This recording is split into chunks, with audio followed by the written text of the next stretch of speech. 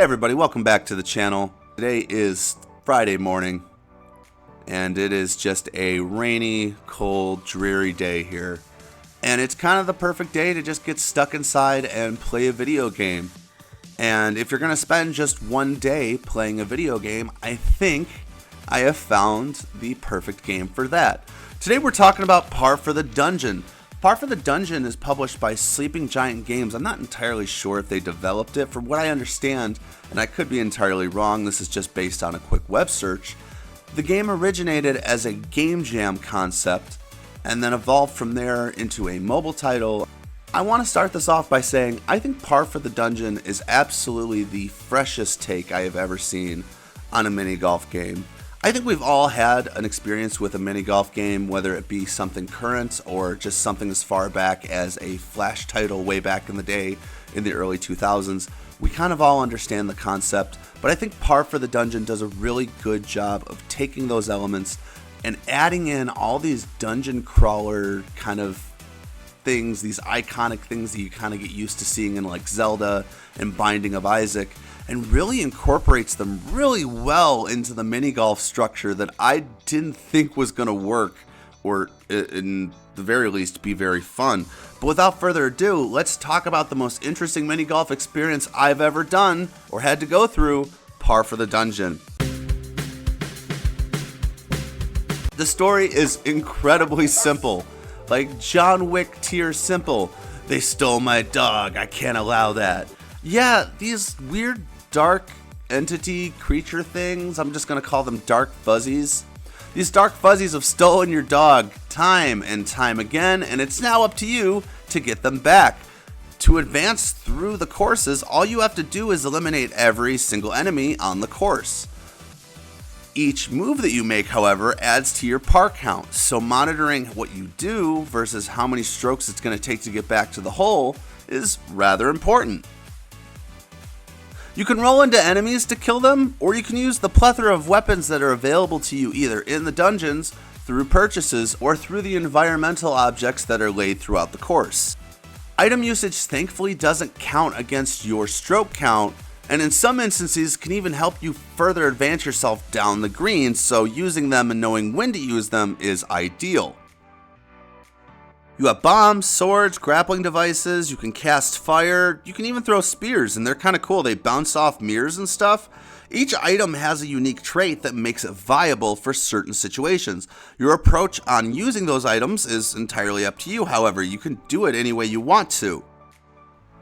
Certain items can be purchased depending on the course, it's just that it requires coins in exchange. And coins are thankfully just found along the ideal paths the game encourages players for you to take. So as long as you're following the ideal pathway, you'll have a couple coins on hand. Completing a level under a certain par unlocks stars and helps unlock further levels as well down the line. If you don't have a certain amount of stars, you're going to have to go back, play levels again, and hopefully earn more stars. When you do really well on a course, or on a certain handful of courses, you earn a crown. Crowns are used to unlock cosmetic items, basically just costumes. Some require like 1 crown, some require 2 crowns, so you're going to want to pay attention to how well you're doing if you want to, get all the costumes. I just unlocked a handful while I was playing through it in my short time with the game. The level design is really well done. That's one of the things I noticed right away. Despite having a similar overworld appearance, each level feels fresh and unique compared to the other. Some of the use of verticality really helps add more density to the courses because they're really not that large and kind of creates more unique situations. Have you ever been at a mini golf course and you're just like, damn, if I could just like skip over this portion of the course, blast my ball onto the other part of the green, I'd be just fine. But obviously you can't do that, it's mini golf. You can do that here, that's totally a thing. If there's a ledge far away that you want to get to, you can use enough projectile force to get yourself over there. I think one of the things that Par for the Dungeon doesn't explicitly state right away is it's also a puzzle game, because you're trying to do things with under a certain amount of par while also eliminating enemies. Strategy does kind of become key, so there are levels that you might replay a couple times because really you don't understand the best approach to getting all those enemies eliminated while staying close enough to the hole. It really requires you to think about how you can improve your strategy, and that's something that I always appreciate in a game. If you're looking to just run through the campaign and don't really care about 100% completion, this game will take about 2 to 2.5 hours, and you would know that if you would watch my Twitch streams about it. It's a rather short but casually fun experience. There are about 5 worlds in total to progress through, but I'm going to go out on a limb just based on the ending and assume that 100%ing those 5 worlds also grants more additional levels. Unless I'm wrong, but I'm just going to assume.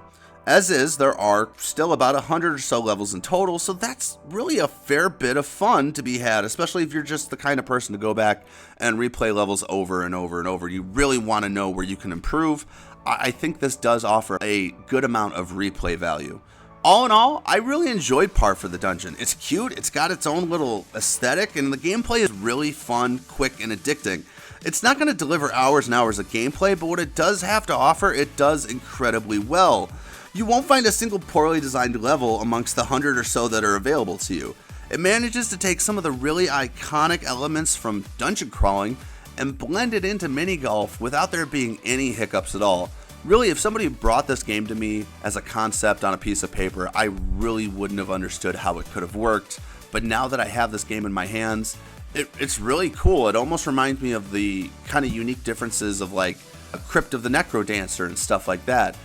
Just kind of unique takes on that dungeon crawling aspect that really deliver just a new experience that we haven't had before. And I really gotta appreciate Par for the Dungeon for doing something like that. That's it. That's all I got, guys. This was a really short review for a rather short game. Thank you guys so much for watching. If you're one of the 2 or 3 people that tuned in during the Twitch streams, thank you for tuning in. I'm gonna try and stream just a little bit more often, so that way you guys can also see how I'm advancing through these games and stuff like that. So about 3 times a week I'll be online Twitch streaming under the same tag as my YouTube. If you like this content, feel free to like and subscribe to the channel. I always appreciate that. I've noticed the channel has grown quite a bit in just the last week or two, so I'm just trying to keep up with it.